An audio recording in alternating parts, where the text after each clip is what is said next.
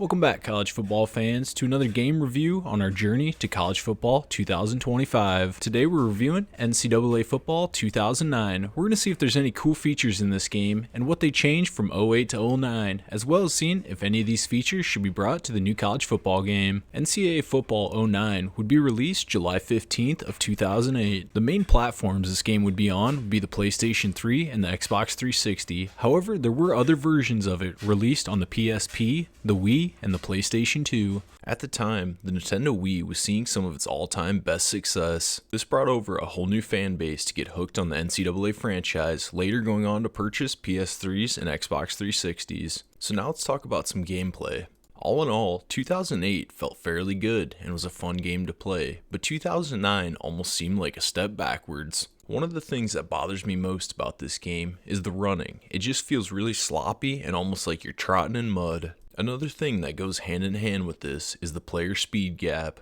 I ran into it multiple times where it seemed like even a mediocre running back would sometimes be twice the speed of any cornerback trying to tackle him. Moving on, most of the animations and stadiums are the same from 2008, and this is where I feel that EA Sports starts to get a bad reputation when they have 2 games in a row with not many changes. Some of the new things EA would add to this game, though, would be custom stadium sounds. This meant you could play your own song after certain touchdowns or certain things happen in the stadium. This is a really cool feature to make the games feel more alive and more realistic without EA having to spend money on copyrights. One cool feature that I've only found in NCAA Football 09 is some of your own players will start to celebrate before you score a touchdown. This is the first year also we'd actually see the refs and hear them talk, whether it's a penalty or a challenge. The fields would all get an update, looking a little bit greener than they had in previous years, as well as newer player shadows as we ran down the field. 2009 also introduced Quiz the Quarterback. This meant after every interception you threw, you had to guess what play the defense was running.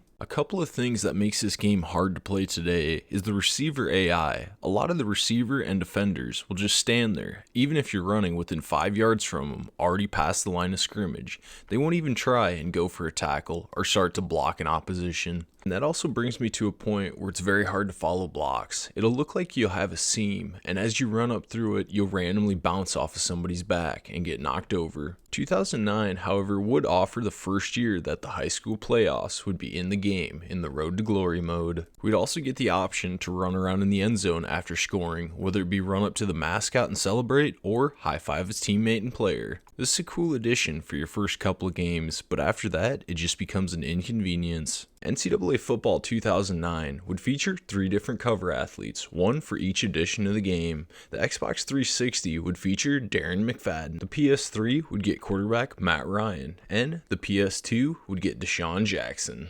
All in all, NCAA Football 2009 wouldn't receive very good scores for good reason. So I'm curious if you ever played NCAA Football 2009 and if you enjoyed it. But with that out of the way, we're going to be going to 2010 in the next video. So I hope you guys stay tuned and come to watch.